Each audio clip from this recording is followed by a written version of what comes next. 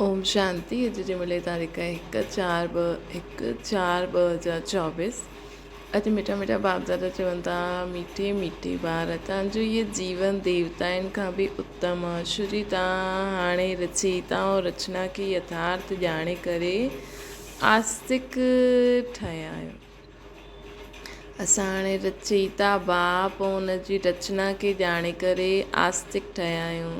प्रश्न: संगम युगी ईश्वरीय परिवार जी विशेषता छा आहे जो सॼे कल्प में न हूंदी? उत्तर आहे, हिन समय स्वयं ईश्वर बाप ठही करे तव्हां ॿारनि खे संभालंदा आहिनि।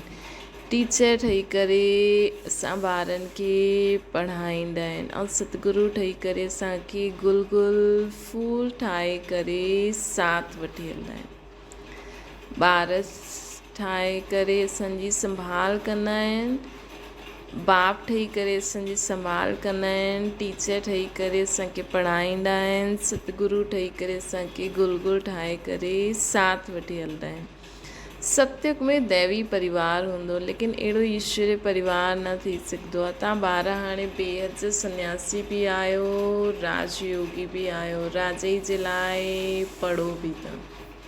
ओम शांति। ये स्कूल व पाठशाला आहे। कंहिंजी पाठशाला आहे? आत्माउनि जी पाठशाला आहे। ये त ज़रूरु आत्मा शरीर बग़ैर कुझु न करे सघंदी आहे न। जॾहिं चइबो आहे आत्माउनि जी पाठशाला त सम्झणो खपे आत्मा शरीर बग़ैर त सम्झी न सघे न। पोइ चइणो पवंदो आहे जीव आत्मा। हाणे जीव आत्माउनि जी जीव अर्थात ये शरीर, त जीव आत्माउनि जी पाठशाला त सभी आहिनि। इन करे चइबो आहे इहा आत्माउनि जी पाठशाला आहे। परमपिता परमात्मा अची करे पढ़ाईंदा आहिनि। उहा जिस्मानी पढ़ाई आहे, इहा रूहानी पढ़ाई आहे जो बेहद जो बाप ई अची करे पढ़ाईंदा आहिनि। त हीअ थी वई नई गॉड फादर जी यूनिवर्सिटी। भॻवान वाच्य आहिनि। इहा भक्ति मार्ग न आहे, इहा आहे पढ़ाई। हिते असां पढ़ाई पढ़ंदा आहियूं। कहिड़ी पढ़ाई पढ़ंदा आहियूं कि पंहिंजी संकल्प बोल कर्मनि खे कीअं सुधारूं। स्कूल में पढ़ाई थींदी आहे, भक्ति मंदिर टिकाणनि में थींदी आहे। हिन में केरु पढ़ाईंदो आहे? भॻवान वाच्य। ॿियो कोई बि पाठशाला में भॻवान वाच्य न आहे। सिर्फ़ु हीअ हिकु ई जॻह आहे जिते स्वयं भॻवानु अची करे पढ़ाईंदो आहे। ऊच ते ऊच भॻवान खे ई ज्ञान सागर चइबो आहे न। उहो ई ज्ञान ॾेई सघंदा आहिनि। बाक़ी सभु आहे भक्ति। भक्ति जे लाइ बाप सम्झाईंदा आहिनि कि उन्हनि सां कोई सदगति न थींदी आहे। सर्व जो सदगति दाता हिकु परमात्मा ई आहे। उहो अची करे असांखे राजयोग सिखलाईंदा आहिनि। आत्मा ॿुधंदी आहे शरीर द्वारा। ॿियो कोई नॉलेज आदि में भॻवान वाच्य न चईंदासीं। बाबा हाणे केॾो नशे सां असांखे चइणो खपे न कि इहा भॻवानु बाप असांखे अची करे पढ़ाईंदा आहिनि, अची करे राजयोग सिखलाईंदा आहिनि। आत्मा ॿुधंदी आहे शरीर द्वारा। ॿियो कोई नॉलेज आदि में भॻवान वाच्य न आहे। भारत में ही शिव जयंती बि मनाइबी आहे। भॻवान त निराकार आहे, पोइ शिव जयंती कीअं मनाईंदा? जयंती त तॾहिं थींदी जॾहिं शरीर में प्रवेश कंदा आहिनि बाबा। बाप चईंदा आहिनि मां त कॾहिं गर्भ में प्रवेश न कंदो आहियां। बाबा त शरीर में प्रवेश कंदा आहिनि, गर्भ में न ईंदा आहिनि। तव्हां सभु गर्भ में प्रवेश कंदा आहियो, 84 जन्म वठंदा आहियो। सभिनि खां जास्ती जन्म इहे लक्ष्मी नारायण वठंदा आहिनि। 84 जन्म वठी करे पोइ सांवरो गावड़े जो छोरो ठाहींदा आहिनि। लक्ष्मी नारायण चओ, राधे कृष्ण चओ। राधे कृष्ण बचपन जो, उहा जॾहिं जन्म वठंदा आहिनि त स्वर्ग में वठंदा आहिनि, जंहिंखे वैकुंठ चइबो आहे। पहिरियों नंबर जन्म हिन जो आहे। त 84 जन्म बि इहे ई वठंदा आहिनि न, पूरो एक्यूरेट। छो जी जंहिं सेकेंड श्री कृष्ण जी आत्मा हिन सृष्टि ते श्री कृष्ण जहिड़ो जन्म वठंदी, शरीर वठी करे ईंदी, उन समय खां स्वर्ग शुरू थी वेंदो। श्याम ऐं सुंदर, सुंदर सो श्याम। श्री कृष्ण सभिनि खे प्यारो लॻंदो आहे न। श्री कृष्ण जो जन्म थींदो ई आहे नई दुनिया में। पोइ पुनर्जन्म वठंदे अची करे पुराणी दुनिया में पहुचंदा आहिनि त शाम थी वेंदा आहिनि। इहे खेल ई ईअं आहिनि। भारत पहिरियों सितो प्रधान सुंदर हुयो, हाणे कारो थी वियो आहे। बाप चईंदा आहिनि एतिरी सभु आत्मायूं मुंहिंजा ॿार आहिनि, सभी कामचिता ते वेही करे कारा थी विया आहिनि। हाणे बाबा एॾी सारी आत्मायूं जो कामचिता ते के वेही कारियूं थी वियूं आहिनि, उन्हनि सभिनि खे ज्ञान चिता ते वेही करे गोरो ठाहींदा। सभी बाबा जो ज्ञान न ॿुधा, लेकिन एतिरो ज़रूरु ॿुधंदा कि असां सभु आत्माएं आहियूं, बाप जी संतान आहियूं। त हुन सां ई उहा आत्मायूं पावन। पोइ बाबा अंत में त बाबा सभिनि खे पावन ठाहे वठी हलंदा। बाबा चईंदा आहिनि कि ॾिसो, पोइ पुनर्जन्म वठंदे पुरानी दुनिया में उहो पहुची शाम थी वेंदो आहे। इहे खेल ई आहे। भारत पहिरियों सितो प्रधान सुंदर हुयो, हाणे कारो थी वियो। बाप चईंदा आहिनि एतिरी सभु मुंहिंजियूं आत्मायूं सभु कारियूं थी वियूं आहिनि, हाणे सभु कामचिता ते वेही करे जली करे कारा थी विया आहिनि। मां अची करे सभिनि खे वापसि वठी हलंदो आहे। इहा सृष्टि जो चकर ईअं फिरंदो ई रहंदो आहे। फूलनि जो बगीचो उहो पोइ कांटनि जो जंगल ठही वेंदो आहे। बाप सम्झाईंदा आहिनि तव्हां ॿार केतिरा सुंदर विश्व जा मालिक हुयो, हाणे उहो काटनि जो जंगल थी वियो आहे। बाप सम्झाईंदा आहिनि तव्हां पहिरियों त इहे यादि करो, पहिरियों असां केॾा सुंदर विश्व जा मालिक हुयासीं, पोइ हाणे छा ठही विया आहियूं। इहे लक्ष्मी नारायण विश्व जा मालिक हुया, इहे 84 जन्म भोगे पोइ ईअं ठही विया आहिनि। अर्थात उन्हनि जी आत्मा हाणे पढ़े थी, हाणे वरी हूअं ठहनि था। पहिरियों उहो लक्ष्मी नारायण जी आत्मा विश्व जो मालिक हुया, हाणे वही पढ़ी करे 84 जन्म भोगी करे हाणे ख़ुदि जी ही कर्मेंद्रियनि जा ग़ुलाम थी विया आहिनि। हाणे वरी बाबा खां उन्हनि जी आत्मा पढ़ाई पढ़े थी। पोइ स्व ते राज्य करण सां पोइ विश्व ते राज्य थी वेंदो आहे। हाणे असांखे बाबा खां पढ़ाई पढ़ी करे स्व जे मन बुद्धि संस्कारनि ऐं स्थूल कर्मेंद्रियनि ते राज्य करिणो आहे। तव्हां ॼाणंदा आहियो सतयुग में अपार सुख आहे, जो कॾहिं बाप खे यादि करण जी दरकार ई न रहंदी आहे। गायन आहे न, दुख में सिमरन सभु करे कंहिंखे सिमरन कंदा आहिनि, बाप खे सिमरन कंदा आहिनि न, बाप खे यादि कंदा आहिनि। एतिरो सभिनि जो सिमरन न करिणो आहे। भक्ति में केतिरा सिमरन कंदा आहिनि, हिते त हिक खे यादि करिणो आहे। उहो ई सर्व संबंध, सर्व सुखनि जो, सर्व वैभवनि जो रस बि उन सां ई अनुभव करिणो। ॼाणंदा कुझु बि न आहिनि, भक्ति में त ॾाढो सिमरन कंदा आहिनि। श्री कृष्ण कॾहिं आयो, उहो केरु आहे, कुझु बि ॼाणंदा न आहिनि। श्री कृष्ण ऐं श्री नारायण जे भेद खे बि न ॼाणंदा आहिनि। शिव बाबा आहे ऊच ते ऊच, पोइ उन्हनि खां हेठि आहे ब्रह्मा विष्णु शंकर, उन्हनि खे देवता चईंदासीं। माण्हू त सभिनि खे भॻवानु चईंदा रहंदा आहिनि, सर्वव्यापी चई रहंदा आहिनि। बाप चईंदा आहिनि सर्वव्यापी त इहे माया 5 विकार आहिनि, जो हिक जे अंदरि आहिनि। हाणे बाबा जी शक्ति सां आहे न, सभी माया सर्वव्यापी 5 विकार रूपी माया खे असांखे पूरी विश्व मां भॼाइणो, पूरी विश्व मां भॼाइणो। बाप चवनि था सतयुग में कोई विकार हूंदो ई न आहे। मुक्ति धाम में बि आत्मायूं पवित्र रहंदियूं आहिनि।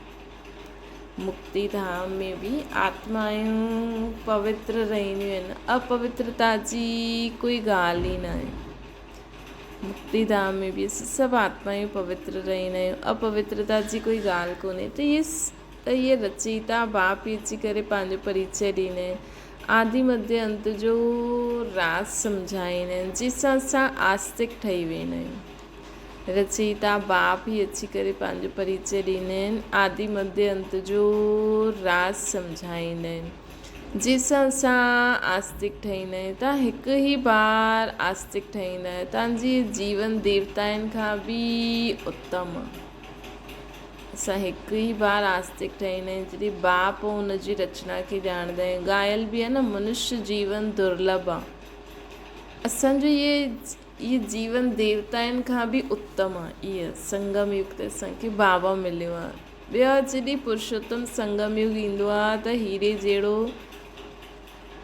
गायन बि आहे मनुष्य जीवन दुर्लभ आहे ऐं जॾहिं पुरुषोत्तम संगम युग हूंदो आहे त हीरे जहिड़ो जीवन ठहींदो आहे। लक्ष्मी नारायण खे हीरे जहिड़ो न चईंदासीं। इहा संगम युगी जीवन असांजो हीरे जहिड़ो आहे। पोइ लक्ष्मी नारायण जो त डिग्री कम थी वेंदी, सोने जहिड़ो थी वेंदो। असांजो इहे हीरे जहिड़ो जन्म, असां आहियूं ईश्वरी संतान, इहा आहिनि दैवी संतान। हाणे असां ईश्वर जा संतान ठहिया, ईश्वर संतान जो जन्म, ईश्वरी संतान अर्थात हीरे जहिड़ो जन्म असांजो। हिते तव्हां चईंदा असां ईश्वरी संतान आहियूं, ईश्वर असांजो बाप आहे, उहो असांखे पढ़ाईंदा आहिनि। ईश्वर जी ज्ञान जो सागर आहे न बाबा ज्ञान जो सागर असांखे पढ़ाइनि था, राजयोग सिखलाईंदा आहिनि। इहे ज्ञान हिकु ई बार असांखे न पुरुषोत्तम संगम युग ते मिलंदो आहे। इहा आहे उत्तम ते उत्तम पुरुष ठहिण जो युग, जंहिंखे दुनिया न ॼाणंदी आहे। ये ज्ञान हिकु ई बार पुरुषोत्तम संगम युग ते असांखे मिलंदो आहे।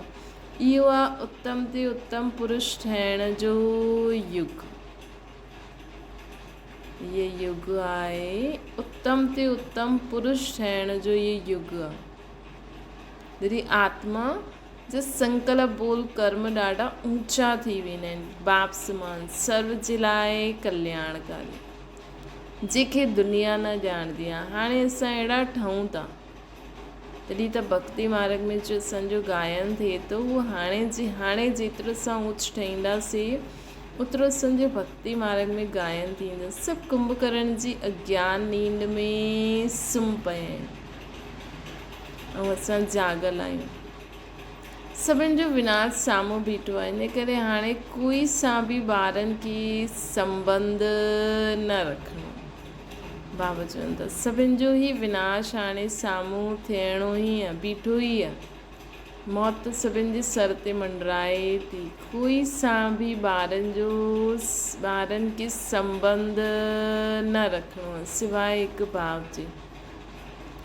चईंदा आहिनि अंतकाल जो श्री सिमरे, अंत समय शिव बाबा खे सिमरणो त नारायण योनी में ईंदा। अंत समय अगरि असांखे शिव बाबा यादि रहंदा त असां नारायण योनी में ईंदासीं। ये सीरी ॾाढी सुठी आहे, लिखियलु आहे न असंसु देवता पोइ क्षत्रिय आदि। हिन समय रावण राज्य आहे, जबकि पंहिंजे अनादि देवी देवता धर्म खे भूल ॿिया धर्मनि में फसी आहिनि। ई सॼी दुनिया हिकु लंका आहे, बाक़ी सोने जी लंका कोई हुई न। बाप चईंदा आहिनि तव्हां पंहिंजे सां बि जास्ती मुंहिंजी ग्लानी कंदा आहियो। पंहिंजे लाइ 84 लख चई छॾिया अथव, मूंखे कण कण में चई छॾियो अथव। अहिड़ा अपकारनि ते बि उपकार करणु मूंखे हिन सृष्टि ते अचिणो पवंदो आहे। बाप चईंदा आहिनि तव्हांजो दोष न आहे, इहे ड्रामा जो खेल आहे। सत्युग आदि खां वठी करे कलयुग अंत ताईं इहे खेल हलंदो ई रहंदो आहे। बाबा चईंदा आहिनि कंहिंजो बि हिते कोई बि दोष न आहे। अगरि तव्हां सां कोई ग़लति व्यवहार बि करे थो, कोई उल्टो सुल्टो तव्हांखे चए थो, तव्हांजे लाइ फैलाए थो, उहो बि उन्हनि जो दोष न आहे। इहे ड्रामा जो खेल आहे। सत्युग आदि खां वठी कलयुग अंत इहे खेल फिरंदो ई रहंदो आहे। बाबा त असांखे सभु कुझु ॿुधाए छॾियो अथई न, इहे खेल थो हले। लेकिन असांखे सदा हिन खेल में कोई कहिड़ो बि असां व्यवहार करे, कुझु बि करे, असांखे सदा सभिनि जे लाइ छा करिणो आहे, सभिनि जो ई भलो थिए, सभिनि जो ई कल्याण थिए। केर बि असांखे कोई बि असांजी निंदा करे, ग्लानी करे कंदो रहे, असांखे सर्व जे कल्याण जे लाइ वाइब्रेशन फैलाइणा आहिनि, तॾहिं असां सदा बाप सां गॾु रही सघंदा आहियूं। त हीउ फिरणो ई आहे, हिन खे सवाइ बाप जे ॿियो कोई सम्झाए न सघंदा आहियो। तव्हां सभु ब्रह्मा कुमार कुमारियूं आहियो न, तव्हां ब्रह्मण आहियो, ईश्वरी संतान, तव्हां ईश्वरी परिवार में वेठा आहियो। सत्युग में हूंदो दैवी परिवार। हिन ईश्वरी परिवार में बाप असांजी संभाल बि कंदा आहिनि, पढ़ाईंदा बि आहिनि, गुल गुल ठाहे करे साथ बि वठी वेंदा आहिनि। हिन ईश्वरीय परिवार में बाप असांजी संभाल बि कंदा आहिनि, असांखे पढ़ाईंदा बि आहिनि, पोइ गुल गुल ठाहे करे असांखे साथ बि वठी हलंदा आहिनि। बाबा चईंदा आहिनि की तव्हां पढ़ंदा आहियो मनुष्य खां देवता ठहिण लाइ, ग्रंथ में बि लिखियलु आहे न, मनुष्य ते देवता, मनुष्य खां देवता कीअं करतन लागी वार। हिन करे परमात्मा खे जादूगर चइबो आहे। नर्क खे स्वर्ग ठाहिण जादू जो खेल आहे न। पूरी दुनिया सभु मनुष्य आत्मनि खे बि सतो प्रधान ठाहिण, हिन एॾी वॾी दुनिया खे बि सभु कचिरो आदि खलास करे नर्क खां स्वर्ग ठाहिण, ये हिकु जादू जो खेल आहे। स्वर्ग खां नर्क ठहिण में 84 जन्म लॻंदा आहिनि, पोइ नर्क खां स्वर्ग चपटी में अर्थात सेकेंड में ठही वेंदो आहे। हिकु सेकेंड में जीवन मुक्ति आहे न। मां आत्मा आहियां, आत्मा खे ॼाणे वरितो, बाप खे ॼाणे वरितो, ॿियो कोई मनुष्य इहे न ॼाणंदो आहे कि आत्मा छा आहे। गुरु अनेक आहिनि, सतगुरु त हिकु ई आहे। चईंदा आहिनि सतगुरु अकाल, परमपिता परमात्मा हिकु ई सतगुरु आहिनि, परंतु गुरु त ढेर आहिनि। निर्विकारी कोई आहे न, सभु विकार सां ई जन्म वठंदा आहिनि। भल उहा आत्मा पवित्र भी रहे, लेकिन शरीर त पतित आहे न, त संपूर्ण निर्विकारी त न चईंदासीं न। सत्युग में त असांजी आत्मा ऐं शरीर ॿई निर्विकारी हूंदा। असांजी आत्मा बि सतो प्रधान हूंदी त असांजो शरीर बि सतो प्रधान। हाणे राजधानी स्थापना थिए थी, तव्हां सभु हिते राजे जे लाइ पढ़ंदा आहियो। राजयोगी आहियो न, बेहद जा सन्यासी आहियो। असांजे हाणे राजधानी स्थापना थिए थी, असां हिते राजे जे लाइ पढ़ूं था। असां हिते राजे प्राप्त करण लाइ पढ़ूं था न। राजयोगी आहियूं, बेहद जा सन्यासी बि आहियूं, उहे आहिनि हठ योगी, हद जा सन्यासी। बाप अची करे सभिनि जी सदगति करे सभिनि खे सुखी ठाहे छॾींदा आहिनि। बाप अची करे सभिनि जी सदगति करे सभिनि खे ई सुखी ठाहे छॾींदा आहिनि। मूंखे ई चईंदा आहिनि सतगुरु अकाल मूर्त। हुते असां घड़ी घड़ी शरीर छॾंदा ऐं वठंदा न आहियूं। काल न खाईंदो आहे। तव्हांजी बि आत्मा विनाशी परंतु पतित ऐं पावन ठहींदी आहे न, निर्लेप न आहे। असांजी आत्मा जो पतित थी वई आहे हाणे पावन ठहे थी, निर्लेप न आहे। ड्रामा जो राज बि बाप सम्झाईंदा आहिनि। रचयिता है रचना जे आदि मध्य अंत जो राज सम्झाईंदी आहे न। रचयिता ही रचना जे आदि मध्य अंत जो राज सम्झाईंदा आहिनि। ज्ञान जो सागर उहो ई हिकु बाप आहे, उहो ई तव्हांखे मनुष्य खां देवता डबल सिरताज ठाहींदा आहिनि। तव्हांजो जन्म कौड़ी जहिड़ो हुयो, हाणे तव्हां हीरे जहिड़ो ठहो था। बाप सां बाप हम सो हम जो मंत्र बि सम्झाईंदा आहिनि। उहो चई ॾींदा आहिनि आत्मा सु परमात्मा, परमात्मा सु आत्मा, हम सो हम। परंतु ईअं न आहे, इहे ग़लति आहे। बाप चईंदा आहिनि आत्मा सु परमात्मा कीअं ठही सघंदी। बाप तव्हांखे सम्झाईंदा आहिनि कि असां आत्मा हिन समय ब्रह्मण आहियूं, पोइ असां आत्मा आहियूं ब्रह्मण ई देवता ठहींदासीं, पोइ क्षत्रिय, पोइ वैश्य, पोइ शूद्र ठहींदासीं, पोइ हाणे वरी असां ब्रह्मण ठहिया आहियूं। शूद्र ठही करे पोइ वरी असां ब्रह्मण ठहिया आहियूं। पोइ हाणे ब्रह्मण सो फ़रिश्तो सो देवता। असां ब्रह्मण ई पोइ देवता ठहींदासीं, पोइ वरी इअं चकर फिरंदो ई रहंदो। सभिनि खां ऊचो जन्म असांजो इहो आहे। इहा आहे ईश्वरीय घर। तव्हां कंहिं वटि वेठा आहियो, माता पिता वटि वेठा आहियो न। सभु भाउ भेण आहिनि। बाप आत्माउनि खे शिक्षा ॾींदा आहिनि। तव्हां सभु असांजा ॿार आहियो। तव्हां सभु वरसे जा हक़दार आहियो। हिन करे परमात्मा बाप सां हर हिकु वरसो वठी सघंदा आहिनि। ॿुढा नंढा वॾा सभिनि जो हक़ु आहे। श्री बाबा त असां आत्माउनि खे वरसो ॾींदो आहे। बाबा चईंदा आहिनि न, मां त हिन योनियुनि खे बि, पशु पक्षियुनि जेकी योनियूं हूंदियूं आहिनि उन्हनि खे बि वरसो ॾींदो। ॾिसो, कोई त जानवर घरनि में थो पले, कोई त कंहिंखे त वीचारे खे रोटी बि न आहे खाइण जे लाइ, त हिननि खे बि वरसो बाप द्वारा ई मिलंदो आहे। त बाप ॿारनि खे इहे ई सम्झाईंदो आहे कि पंहिंजे खे आत्मा सम्झो, मूंखे यादि करो त ई पाप कटिजी वेंदा, त ही पाप कटिजी वेंदा। भक्ति मार्ग वारा इन ॻाल्हियुनि खे कुझु बि सम्झंदा न आहिनि। अच्छा, मीठी मीठी सिकी लॾे ॿारनि प्रति माता पिता बाप दादा जो यादि प्यार ऐं गुड मॉर्निंग। रूहानी बाप जी से सभिनि रूहानी ॿारनि खे नमस्ते। असांजी बि रूहानी माता पिता बाप दादा खे यादि प्यार गुड मॉर्निंग ऐं नमस्ते। रात्रि क्लास ॿार बाप खे पहचानंदा बि आहिनि, सम्झंदा बि आहिनि कि बाबा असांखे पढ़ाइनि था, उन्हनि सां बेहद जो वरसो मिलणो आहे।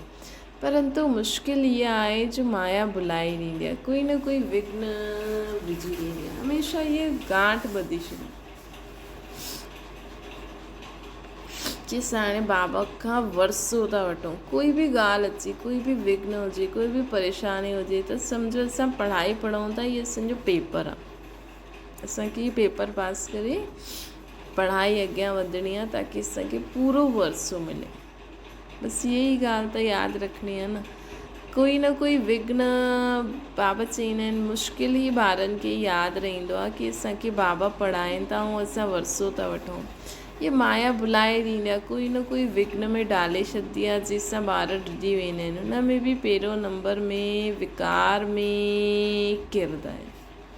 ॾिसो, विकार में किरंदा आहिनि, अखियूं धोखो ॾेई छॾंदियूं आहिनि। अखियूं कोई कढण जी ॻाल्हि न आहे, हीअं न असां पंहिंजी अखियूं कढी छॾूं, अखियूं धोखो थी ॾियनि था। बाप ज्ञान जो नेत्र ॾींदा आहिनि, अर्थात बाबा चईंदा आहिनि हाणे हिन अखियुनि सां न ॾिसी करे पंहिंजे ज्ञान जे टे नेत्र सां ॾिसो। ज्ञान ऐं अज्ञान जी लड़ाई हलंदी आहे। ज्ञान आहे बाप, अज्ञान आहे माया। ज्ञान आहे बाप, ज्ञान आहे माया, इन जी लड़ाई ॾाढी तिखी आहे। किरंदा आहिनि त सम्झ में ई न ईंदो आहे, पोइ सम्झंदा आहिनि मां किरी वियमि, मां पंहिंजो ॾाढो अकल्याण कयो। माया हिकु बार हराए त पोइ चढ़णु मुश्किल थी वेंदो आहे। ॾाढा ॿार चईंदा आहिनि असां ध्यान में वेंदा आहियूं, परंतु हुन में बि माया प्रवेश थी वेंदी आहे, पतो ई न पवंदो आहे। माया चोरी कराईंदी, कूड़ ॻाल्हाईंदी आहे, माया छा न कराईंदी आहे, ॻाल्हि न पुछो, गंदो ठाहे ॾींदी आहे। गुल ठाहींदे ठाहींदे पोइ छी ठही वेंदा आहिनि। माया अहिड़ी ज़बरदस्त आहे जो घड़ी घड़ी ॿारनि खे किराए ॾींदी आहे न। इन करे सावधान रहो, सदा यादि रखो बाबा जी श्रीमत छा आहे। ॿार चईंदा आहिनि बाबा असां घड़ी घड़ी भुलिजी वेंदा आहियूं। तदबीर कराइण वारो त हिकु बाप ई आहे, परंतु कंहिंजी तक़दीर में न आहे त तदबीर बि करे न सघंदा आहिनि। तदबीर अर्थात पुरुषार्थ कराइण वारो हिकु बाप ई आहे, परंतु कंहिंजी तक़दीर में न आहे त पुरुषार्थ बि करे न सघंदा आहिनि। इन में कोई पास ख़ातिरी बि न थी सघंदी आहे, न एक्स्ट्रा पढ़ाईंदा आहिनि। हिते त ऑटोमेटिकली ईश्वरीय मशीनरी हलंदी रहंदी आहे, जो जेतिरो कंदो हुनजो उहो जमा थींदो वेंदो आत्मा में। हिन में कोई पास ख़ातिरी न आहे, न एक्स्ट्रा पढ़ाईंदा आहिनि। हुन पढ़ाई में त एक्स्ट्रा पढ़ाइण लाइ टीचर खे सॾु कराईंदा आहिनि। इहे त तक़दीर ठाहिण लाइ सभिनि खे हिकु रस पढ़ाईंदा आहिनि, हिक हिक खे अलॻि अलॻि केस ताईं पढ़ाईंदा। केतिरा ढेर ॿार आहिनि, हुन पढ़ाई में कोई वॾो माण्हू जो ॿार हूंदा आहिनि त अधिक ख़र्च करे सघंदा आहिनि, त हुननि खे एक्स्ट्रा बि पढ़ाईंदा आहिनि। टीचर ॼाणंदा आहिनि इहे डल आहे, हिन करे पढ़ाए करे हुनखे स्कॉलरशिप लाइक़ु ठाहींदा आहिनि। बाबा चईंदा आहिनि हिते त ॾिसो, पहिरियों थोरा आया त हिकु हिक खे पढ़ाईंदा हुआ, हाणे त हेॾा ढेर ॿार आहिनि, केसि ताईं कंहिंखे पढ़ाईंदा रहंदा हिक हिक खे। हुन पढ़ाई में कोई वॾे माण्हू जो ॿार हूंदो आहे, अधिक ख़र्च करे हुनखे एक्स्ट्रा पढ़ाईंदा आहिनि। टीचर ॼाणंदो आहे कि इहे डल आहे, इन करे पढ़ाए करे हुनखे स्कॉलरशिप लाइक़ु ठाहींदा आहिनि। ये बाप हीअं न कंदा आहिनि, इहे त सभिनि खे हिकु रसी पढ़ाईंदा आहिनि। उहो थियो टीचर जो एक्स्ट्रा पुरुषार्थ कराइण। हिते बाबा हीअं न कंदा आहिनि, इहे त सभिनि खे हिकु रसी पढ़ाईंदा आहिनि। बाक़ी जो पंहिंजी महिनत करे उहा अॻियां निकिरी वेंदो, बाबा चईंदा आहिनि। उहो थी वई टीचर जो एक्स्ट्रा पुरुषार्थ कराइण। ये त एक्स्ट्रा पुरुषार्थ अलॻि कंहिंखे अलॻि कराईंदा न आहिनि। एक्स्ट्रा पुरुषार्थ माना हे टीचर कुझु कृपा करे, भले अहिड़ा पैसा वठंदा आहिनि, ख़ासि टाइम ते पढ़ाईंदा आहिनि जंहिंसां उहो जास्ती पढ़ी करे होशियार थी वञे। हिते त जास्ती कुझु पढ़ण जी ॻाल्हि ई न, हिते त जास्ती कुझु पढ़ण जी ॻाल्हि ई न आहे। इन्हनि जी त ॻाल्हि ई हिकु आहे, हिकु ई महामंत्र ॾींदा आहिनि, मनमना भव। हिकु ई महामंत्र ॾींदा आहिनि, मनमना भव। यादि सां छा थींदो आहे इहे त तव्हां ॿार सम्झंदा आहियो न। यादि सां ई असां आत्मायूं पावन थींदियूं आहिनि, यादि सां ई असां आत्मायूं पावन थींदियूं आहिनि, जिससे पूरी सृष्टि बि पावन थींदी आहे। बाप ही पतित पावन आहे, ॼाणंदा आहियो उन्हनि जी यादि सां असां पावन ठहींदा आहियूं।